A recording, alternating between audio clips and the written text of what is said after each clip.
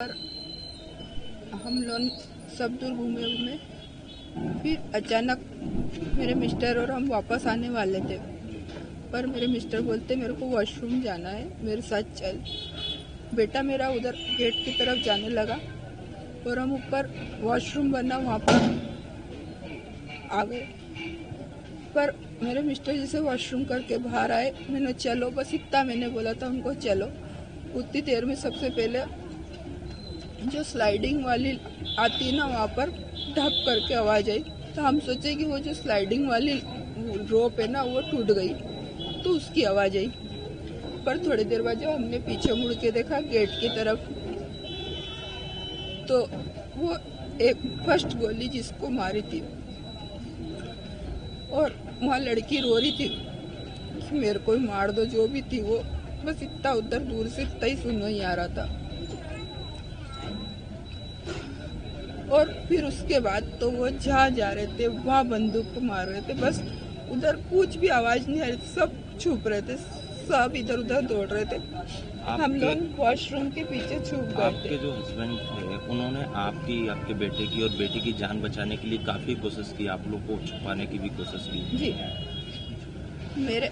मेरे मिस्टर जो थे ना, उनने मेरे को बोला, हम जो वॉशरूम के पास में छोटा सा वो बहुत सारा वायर का वो लगा रहता ना, फेंसिंग, उसके नीचे एक थोड़ी सी जगह खाली थी जहाँ पर पानी भरा होने के कारण वो थोड़ी इतनी सी स्पेस हो गई थी।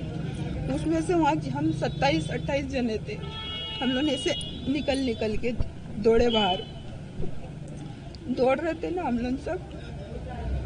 तो वो जो दो कैसे हमारे पीछे आ गए हमको समझ में। उनने वो जो जेंट्स को मारा था ना, उतने में उसने उतने ऊपर भी देख लिया, उसने कैसे देखा वो मेरे को हमको समझ में नहीं आया।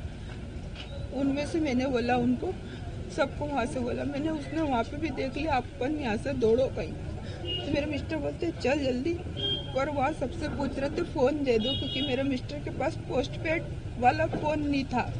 मेरे बेटे और मैंने जो लिया था ना, वो मैं मेरी बेटी को दे के आई थी, तो हम फ़ोन से वो नहीं कर पाए, बता नहीं पा रहे थे एक दूसरे को। मेरे मिस्टर आवाज़ लगा रहे थे मेरे बेटे के लिए, पर हमको वो सूचना नहीं थी। फिर हम वो उसके नीचे से निकले, तो जो हम 7 जने थे ना, हम सब भीड़ ने बोला कि अपन अलग अलग भागो, है ना कि। और कलमा पढ़वाया था क्या? मेरे मिस्टर से बोला था उनने, मेरे मिस्टर ने मेरे को धक्का दिया झाड़ के दूसरे पीछे, और फिर उनको बोलते कि ना तुम कलमा पढ़ो, मेरे मिस्टर को बोला। तो मेरे मिस्टर ने बोला मैं तो क्रिश्चियन हूँ, ईसाई हूँ, मेरे को कलमा नहीं आता। उसने सच बोला ना, सच बोला ना, उसको नहीं आता, हमको भी नहीं आता, शायद आप दोनों में नहीं होंगे तो आपको भी नहीं आता। एक अधिकारी ने कलमा पढ़ के भी सुनाया था, उसको भी मारा। हाँ, उसको उसके शायद कपड़े, तो उसके बाद उसको मारा। और वो जो उसकी वाइफ थी ना, जो ब्रिगेडियर थे, वो जो भी थे, उसकी जो वाइफ थी वो भी ब्रिगेडियर की बच्ची थी, मतलब अच्छे बड़े अधिकारी की, मिलिट्री में कोई शायद होगी, बड़े अधिकारी की बेटी थी वो। उसको बोला अब तू जा, किसी को भी, उसने क्या बोला ये मैंने नहीं सुना कि मैं दूर थी, पर उसके बाद उसको फिर बंदूक मार दी। तो उसने बोला मेरे तो शादी के इतने दिन, क्योंकि हमको जब लाश के लिए वहाँ रोक रहे थे ना, जब हमने सुना था उस बच्ची के मुंह से कि मेरे को भी मार देते तो अच्छा रहता। आपकी बेटी को चोट कैसे लगी? मेरी बेटी को चोट, हमको लेके आ रहे थे, पुलिस में जो बच्चा था मेरे को गाड़ी से लेके आ रहा था, तो मैंने सिर्फ मेरी बेटी से ये पूछा था कि मेरा बेटा गोल्डी आ गया कि नहीं आया। तो उसने, वो जो मेरे को गाड़ी चला रहा था, उसको पुलिस या किसी का फ़ोन भी आया था ना, तो उसने बोला कि इसका तो हस्बैंड को गोली लग गई। वो मेरी बेटी ने सुन लिया, और फिर मेरा होश आवाज़ में थी, मैं वो गाड़ी से गिरने वाली थी, तो मेरे को बचाने के लिए दौड़ी, तो मुँह के बल गिर गई। वो तो उसका बैग था तो ऐसी बच गई, मुँह के बल गिर गई। इतनी दुख की घड़ी है, फिर भी आप साहस का परिचय दे रहे हैं, हम लोग से बात कर रहे हैं कि ये मैसेज देश भर में जाए, दुनिया भर में जाए।